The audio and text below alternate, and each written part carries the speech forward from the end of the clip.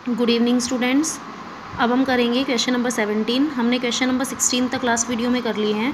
अब question number 17 में देखिए क्या दिया गया है। A steamer goes downstream from one point to the another in 7 hours. एक स्टीमर जब डाउन स्ट्रीम जाता है तो वो एक पॉइंट से दूसरे पॉइंट पर जाने में उसको कितना टाइम लगता है? 7 hours. It covers the same distance. Same distance को जब वो अपस्ट्रीम में आ रहा है तो उसको कितना टाइम लगेगा? 8 आवर्स का। If the speed of the stream be 2 kilometre per hour. अगर स्ट्रीम की स्पीड जो हमारे पास है वो कितनी है? 2 किलोमीटर पर आवर है। Find the speed of the steamer in the still water. तो हमें स्टीमर की जो स्पीड है वो स्टिल वाटर में बतानी है। And the distance between the ports, और दो पोर्ट्स के बीच में डिस्टेंस बतानी है। देखिए सबसे पहले यहाँ पर हमारे लिए ज़रूरी है ये समझना कि डाउन स्ट्रीम क्या होता है और अपस्ट्रीम क्या होता है। देखिए मान लीजिए अगर कोई भी स्टीमर है वो इस साइड से जा रहा है और पानी का जो बहाव है, पानी जो बह रहा है वो भी किस साइड में बह रहा है? वो भी इसी साइड में बह रहा है। अगर स्टीमर जो जा रहा है वो इस डायरेक्शन में जा रहा है और पानी भी इसी डायरेक्शन में जा रहा है, तो इससे क्या होता है, जिस डायरेक्शन में स्टीमर जा रहा है उसी डायरेक्शन में अगर पानी है तो स्टीमर की स्पीड क्या हो जाएगी? इंक्रीज़ हो जाती है।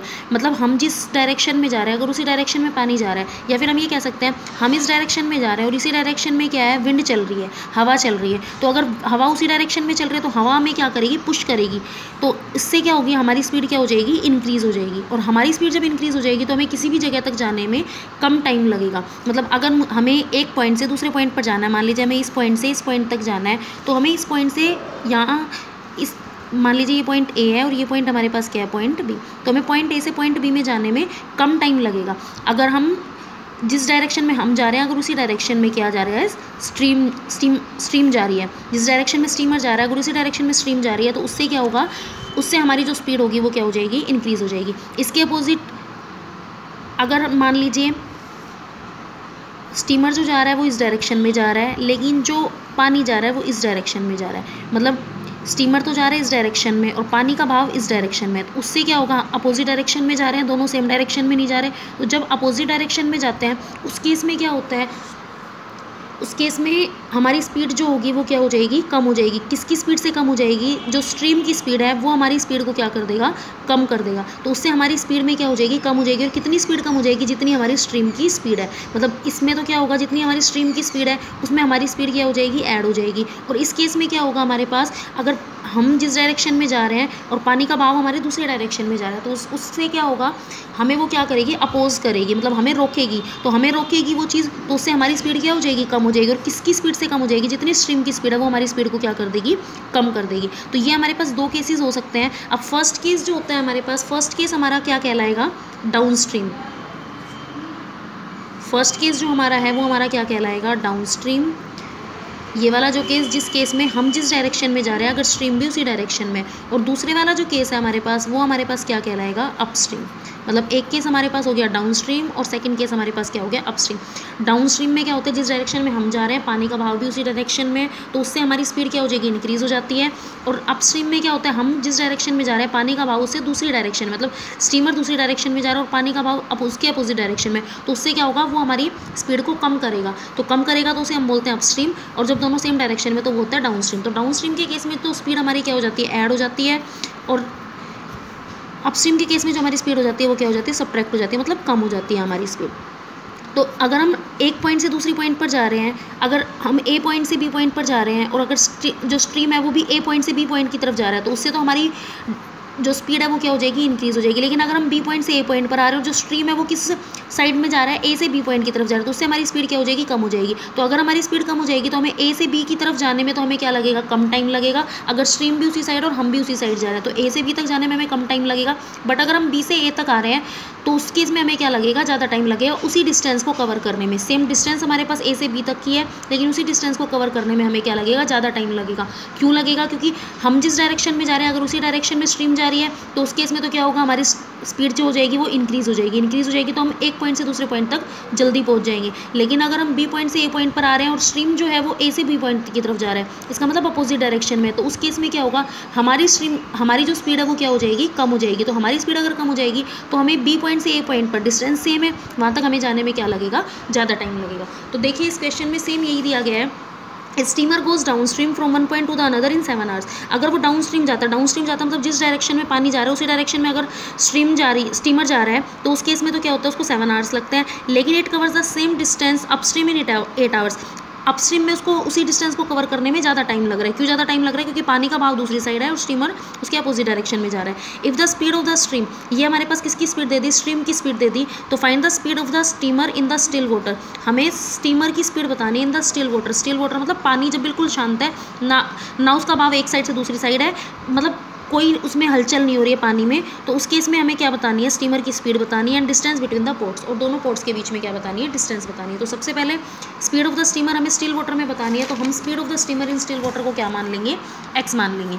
Late the speed of the steamer in still water is equal to x kilometre per hour. मतलब जो स्टीमर की स्पीड है वो शांत, बिल्कुल जब पानी शांत है तो उस केस में उसकी स्पीड कितनी है? x kilometre per our. और स्पीड ऑफ द स्ट्रीम हमारे पास कितनी दे रखी है? 2 किलोमीटर पर आवर। ये दिया हुआ है हमें। स्पीड ऑफ द स्ट्रीम हमारे पास कितनी है? 2 किलोमीटर पर आवर। तो जब हम अपस्ट्रीम जाएंगे तो हमारी स्पीड क्या हो जाएगी? इंक्रीज़ हो जाएगी। किसकी स्पीड से इंक्रीज़ हो जाएगी? स्ट्रीम की स्पीड से हमारी स्पीड क्या हो जाएगी? ऐड हो जाएगी, इंक्रीज़ हो जाएगी। तो speed of the steamer down stream, जब स्टीमर जो है वो डाउन स्ट्रीम जाता है तब उसकी स्पीड कितनी होगी? x + 2 किलोमीटर, मतलब उसकी स्पीड में ऐड हो जाएगी स्ट्रीम की स्पीड। लेकिन जब वो अपस्ट्रीम जा रहा है तो उस केस में क्या होगा? सब्ट्रैक्ट हो जाएगी। क्यों? उसकी स्पीड क्या हो गई? कम हो गई। तो कम हो गई तो हमने स्टिल वाटर में जो उसकी स्पीड थी उसमें से हमने क्या कर दिया? स्टीमर की स्पीड को सब्ट्रैक्ट कर दिया। तो ये स्टीमर की स्पीड आगे डाउन स्ट्रीम में जाएगा तो उसकी स्पीड में ऐड हो गया, और जब वो अपस्ट्रीम जा रहा है तो स्पीड में से क्या हो गया? सब्ट्रैक्ट हो गया। तो ये हो गया x + 2 किलोमीटर पर आवर और ये हो गया x - 2 किलोमीटर पर आवर। अब टाइम उसने कितना लिया? जब वो डाउन स्ट्रीम जा रहा है तो उसने 7 आवर्स लिया, और जब वो अपस्ट्रीम जा रहा है तो उसने कितना आवर्स लिए हैं? 8 आवर्स लिए हैं। क्योंकि अपस्ट्रीम जाएगा तो ज़्यादा टाइम लगेगा और डाउन स्ट्रीम जाएगा तो कम टाइम लगेगा। अब देखिए डिस्टेंस का वर्ड हम फाइंड आउट कर लेंगे। अगर जाना उसको एक पोर्ट से दूसरे पोर्ट तक है तो डिस्टेंस तो दोनों की क्या है? बिल्कुल सेम है। तो डाउन स्ट्रीम जब जा रहा है तो उसकी हमारे पास स्पीड दी गई है। हमारे पास स्पीड कितनी है? x + 2 किलोमीटर पर आवर, और उसमें उसको टाइम कितना लग रहा है? 7 आवर्स। तो यहाँ से हम क्या फाइंड आउट कर सकते हैं? डिस्टेंस फाइंड आउट कर सकते हैं। डिस्टेंस का फॉर्मूला क्या होता है? Time into speed. तो टाइम उसको लग रहा है 7 आवर्स और स्पीड हमारे पास कितनी है? x + 2। तो यहाँ से हमने distance cover during down stream में उसकी डिस्टेंस को फाइंड आउट कर दिया, और डिस्टेंस कितनी हो गई? 7x + 2, मतलब 7 को x + 2 से मल्टीप्लाई कर दिया, टाइम को स्पीड से मल्टीप्लाई कर दिया। सेम एज इट इज़ हमने अपस्ट्रीम में भी डिस्टेंस फाइंड आउट कर ली। अपस्ट्रीम में डिस्टेंस कैसे फाइंड आउट की? अपस्ट्रीम के टाइम को अपस्ट्रीम की स्पीड से मल्टीप्लाई कर दिया, तो ये डिस्टेंस होगी। अब डिस्टेंस तो दोनों पोर्ट की क्या है? सेम है, बस उसको टाइम क्या है? कम ज़्यादा लग रहा है। क्योंकि किस वजह से कम ज़्यादा लग रहा है? एक में तो वो क्या है? स्ट्रीम की सेम डायरेक्शन में जा रहा है और एक में वो स्ट्रीम की अपोजिट डायरेक्शन में जा रहा है। तो डिस्टेंस दोनों पोर्ट्स के बीच में सेम है, तो हम क्या करेंगे? इन दोनों डिस्टेंसेस को आपस में इक्वल कर देंगे। तो यहाँ पर हमने 7x + 2 को इक्वल कर दिया 8x - 2 के। दोनों डिस्टेंसेस को हमने इक्वल कर दिया। यहाँ से जब हमने दोनों डिस्टेंस को इक्वल किया तो यहाँ से x की वैल्यू हमारे पास कितनी आ गई? 30 किलोमीटर। x की वैल्यू कितनी आ गई? 30। और x हमने किसको लेके चले थे? हम speed of the steamer in still water, मतलब स्टिल वाटर में स्टीमर की जो स्पीड थी वो हमारे पास कितनी थी? x किलोमीटर पर आवर थी। तो यहाँ से हमें पता चल गया कि speed of the steamer in still water कितनी आएगी? 30 किलोमीटर पर आवर। तो फर्स्ट चीज़ तो हमें यही निकालनी थी कि स्टीमर की स्पीड बतानी थी स्टिल वाटर में, और सेकंड हमें क्या बतानी थी? डिस्टेंस बतानी थी बिटवीन 2 पोर्ट्स। तो डिस्टेंस बिटवीन 2 पोर्ट्स चाहे तो हम डाउन स्ट्रीम फाइंड आउट कर दें, चाहे तो हम अप स्ट्रीम फाइंड आउट कर दें। तो यहाँ पर हमारे पास देखिए डाउन स्ट्रीम में हमारे पास कितनी स्पीड डिस्टेंस थी? 7x + 2। तो यहाँ पर हमने x की वैल्यू को पुट किया 7x + 2, x की जगह 30 + 2। तो यहाँ से हमारे पास जो डिस्टेंस आ गई दोनों पोर्ट्स के बीच में वो कितनी आ गई? 224 किलोमीटर। इसमें क्या दिया गया था? देखिए speed of the steamer in still water हमने मान लिया x किलोमीटर पर आवर, और हमें स्ट्रीम की स्पीड दी गई थी 2 किलोमीटर पर आवर। जब हम डाउन स्ट्रीम जाएंगे तो स्पीड हमारी इंक्रीज़ हो जाएगी, जब हम अपस्ट्रीम जाएंगे अपोजिट डायरेक्शन में जाएंगे तो हमारी स्पीड जो हो जाएगी वो कम हो जाएगी। तो जब हम डाउन स्ट्रीम जाएंगे तो हमने स्टीम की स्पीड को क्या कर दिया? ऐड कर दिया। तो x + 2 किलोमीटर पर आवर, और जब अपस्ट्रीम जाएंगे तो हमारी स्पीड कम होगी तो हमने उसको कम कर दिया x - 2 किलोमीटर पर आवर। इसके बाद टाइम कितना लिया गया था? डाउन स्ट्रीम में टाइम लिया गया था 7 आवर्स और अपस्ट्रीम में टाइम लिया गया था 8 आवर्स। तो हमने यहाँ पर टाइम लिख दिया। अब हम दोनों की डिस्टेंस फाइंड आउट कर देंगे, डाउन स्ट्रीम की भी और अपस्ट्रीम की भी। डिस्टेंस फाइंड आउट करने का हमें फॉर्मूला पता है।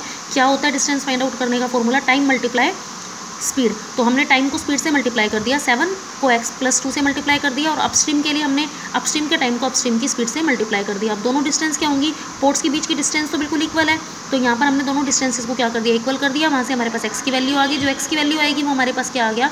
Speed of the steamer in still water. और उसके बाद हम क्या फाइंड आउट कर देंगे? इसकी डिस्टेंस फाइंड आउट कर देंगे। डिस्टेंस के लिए हमने क्या किया? चाहे तो हम इस वाले फॉर्मूले में पुट कर दें, चाहे तो हम यहाँ पर पुट कर दें। तो यहाँ से हमारे पास जो डिस्टेंस आएगी वो कितनी आ जाएगी? 224 किलोमीटर।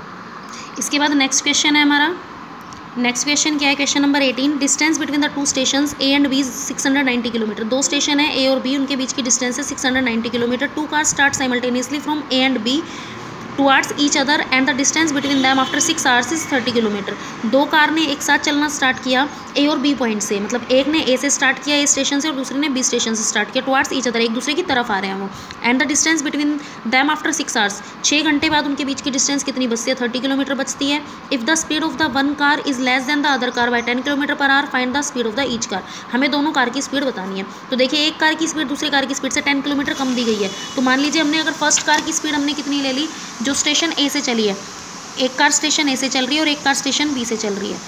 एक आ रही है इस साइड से और एक आ रही है इस साइड से, ठीक है। तो यहाँ पर हमें क्या दिया गया है, एक कार इस साइड से आ रही है, एक कार इस साइड से, और 6 घंटे की जब उन्होंने डिस्टेंस ट्रैवल कर लिया, मतलब ए स्टेशन से जो कार चल रही है वो भी 6 घंटे चली और बी स्टेशन से जो कार चल रही है वो भी कितने आवर्स चली, 6 आवर्स। 6 आवर्स के बाद उनके बीच की डिस्टेंस, अब 6 आवर्स तक मान लो उन्होंने इतनी डिस्टेंस कवर कर ली। 6 आवर्स तक बी से चलने वाली कार ने इतनी डिस्टेंस कवर की और ए से चलने वाली कार ने इतनी डिस्टेंस कवर की। तो 6 घंटे के बाद जो उनके बीच में डिस्टेंस बचती है, मतलब ये वाली डिस्टेंस, इस डिस्टेंस को हमारे पास देखिए किसके इक्वल दिया गया है, यहाँ पर 30 किलोमीटर दिया गया है। क्या दिया गया है, 30 किलोमीटर। तो यहाँ पर इनके बीच की डिस्टेंस कितनी आ गई, आफ्टर 6 आवर्स 30 किलोमीटर। ये हमें क्वेश्चन में दिया गया है और हमें ये दिया गया है कि एक कार की स्पीड दूसरे कार की स्पीड से 10 किलोमीटर कम है। क्या है, 10 किलोमीटर पर आवर कम है।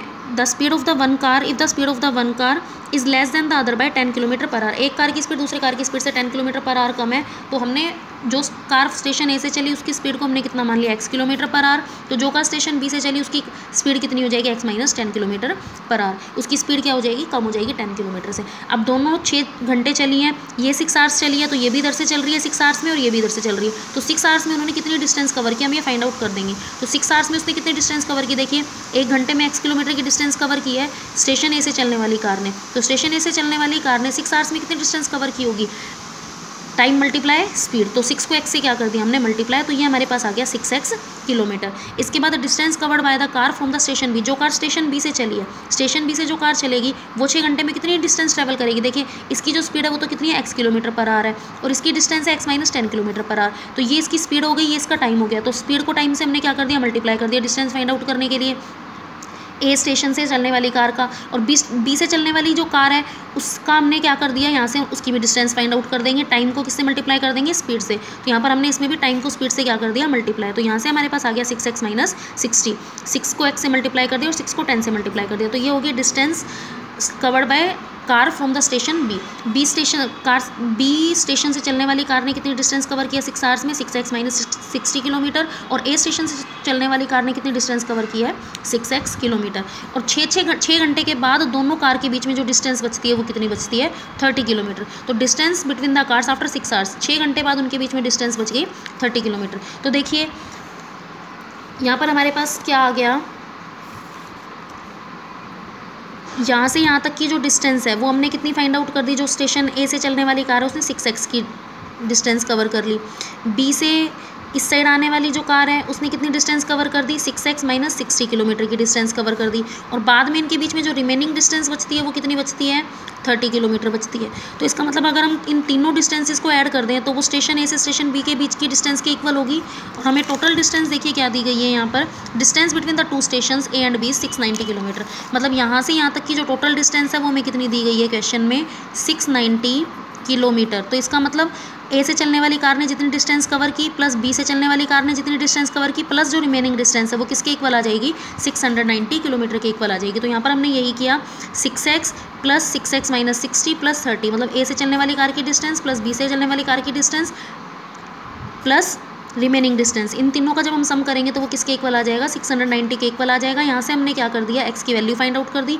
जब हमने x की वैल्यू फाइंड आउट की तो वो कितनी आ गई, 60 किलोमीटर। x की वैल्यू कितनी आ गई, 60 किलोमीटर। तो speed of the car from station है, स्टेशन ए से चलने वाली कार की जो स्पीड है वो कितनी आएगी, 60 kilometre per our.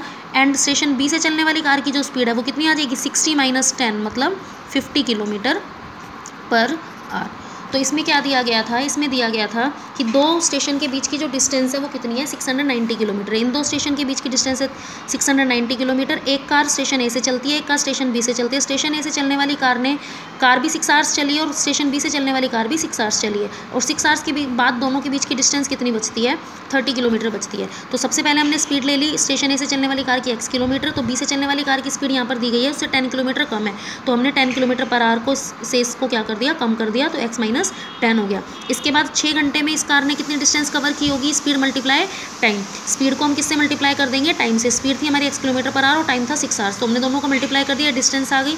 Same as it is B से चलने वाली कार का टाइम हो गया 6 आवर्स और उसकी जो स्पीड है वो हमारे पास कितनी है, x माइनस 10, तो यहाँ से हमने डिस्टेंस फाइंड आउट कर दी, और रिमेनिंग डिस्टेंस हमारे पास कितनी दी गई थी, 30 किलोमीटर। तो ये तीनों जो डिस्टेंस आएंगी वो किसके इक्वल आएंगी, 690 किलोमीटर के इक्वल आएंगी। इनको इक्वल करके हमने x की वैल्यू फाइंड आउट की।